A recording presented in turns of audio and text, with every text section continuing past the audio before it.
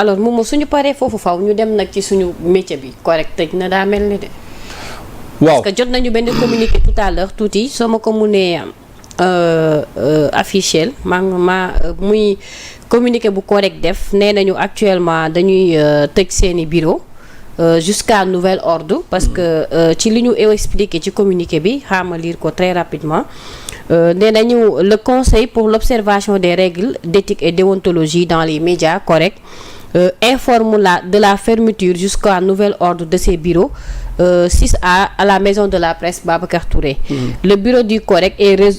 résolu à prendre cette regrettable décision parce qu'il n'arrive plus à faire des dépenses de fonctionnement. Le personnel permanent, très résilient, a patiemment enduré 14 mois d'arriérés de salaire. Donc mun nañu wax ne cet organe de régulation n'étant pas entré en possession de son budget de 2024 ni du budget de 2025 a épuisé toutes ses ressources additionnelles. En fait budget 2024 bi duggul budget 2025 bi duggul donc amatuñu budget de fonctionnement loolu moo tax ñu ne faw ñu fermer seeni bureau. waaw oui, c'est normal te je pense que loolu nag war nañu xool ban solution lañ ciy teg le plus rapide. c'est normal organe bu mel ni correct la man yàgg naa wax ne organe la bu nga xamante ni amul tous les moyens yi nga xamante ni moom lañ ko waroon a jox pour mu mën a réussir sa mission. tey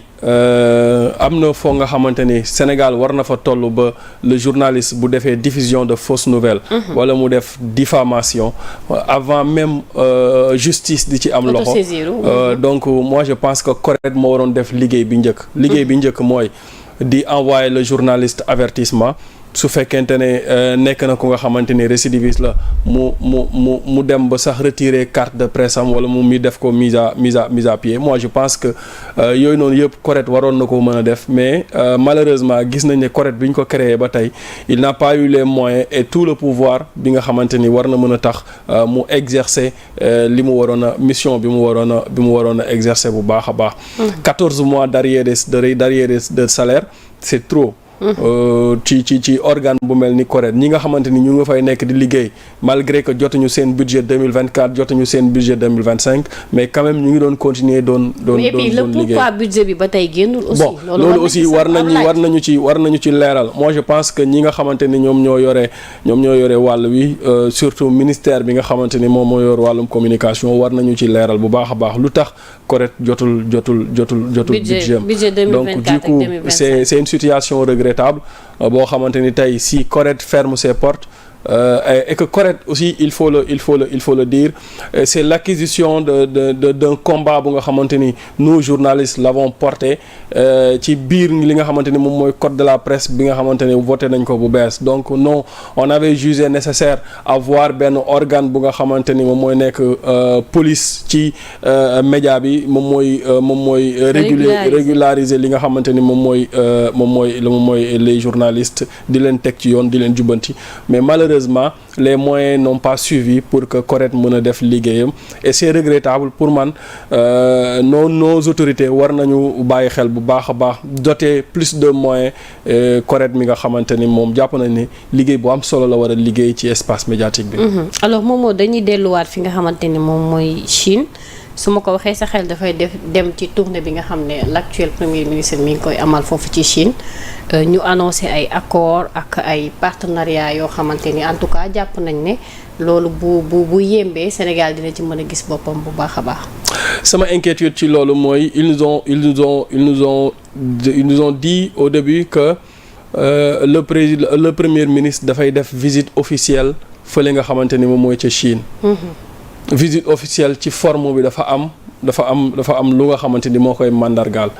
lu njëkk ci li koy mandargaal li tax après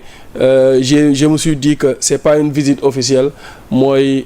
quand l'avion bi mu atterrir foofee ca Chine ki nga xamante ni moom moo recevoir notre premier ministre c'est l'ambassadeur du Sénégal en Chine. Ça n'a pas été donc pour man une visite officielle. d'accord loolu benn la pourquoi l'ambassadeur du Sénégal bu nekk Chine moom moo war a recevoir le premier ministre bu war a def visite officielle premier ministre bi muy ñëw Chine pendant ce temps le président était absent ak quelques membres de son gouvernement étaient absents ci territoire bu Chine pourquoi cette absence lu tax. territoire bu Chine wala bu Sénégal bu Chine. Okay. Le président chinois ak les quelques membres de son gouvernement bi Ousmane Sonko notre premier ministre di yegg ci Chine. boobu fekk ko foon. donc on a vu qu'hier le premier ministre chinois l'a reçu c'est très bien maintenant tey. ils sont ci benn forum bu nga xamante ni nee nañ Davos d'été la. forum Davos Chine la. Davos d'été nag mu ngi am fële nga xamante ni moom mooy ca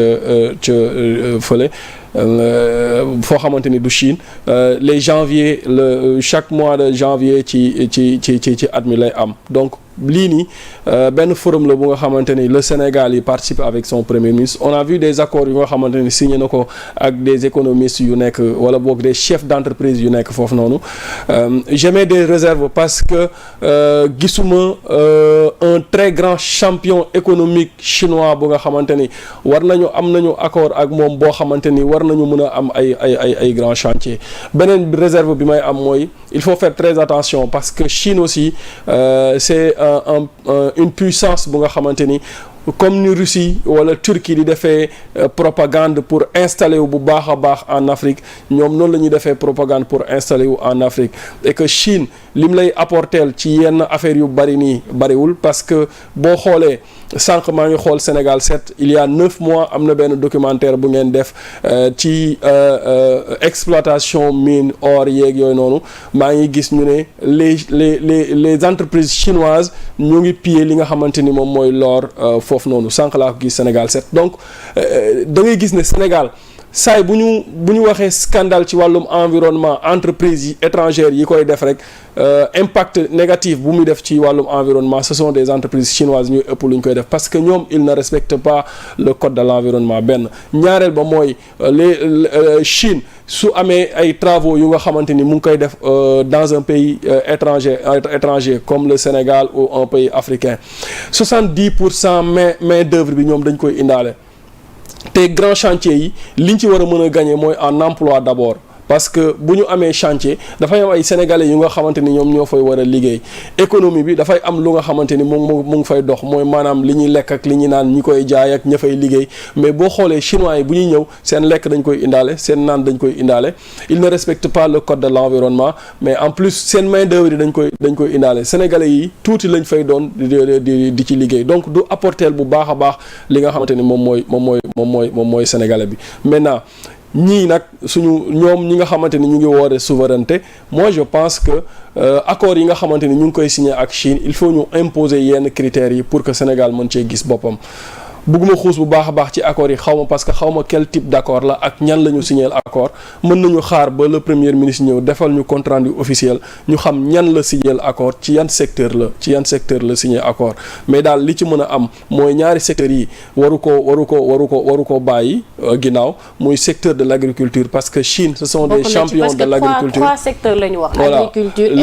la technologie aussi Chine champion la ci l'industrie aussi parce que si j'ai vu le ministre bi nga xamante ni moom moo yor commerce ak industrie dem na industrie boo xoolee le programme de Pastef li taxoon dëgg ñu bëgg a teg li nga xamante ni moom mooy les pôles territoires moom mooy industrialiser ces pôles là da ngay xool zone bi nga xamante ni benn zone par exemple nga xool zone u Casamance bi nga ne Casamance lii mooy seen spécialité lii mooy seen potentialité nga créer une industrie bu nga xamante ni moom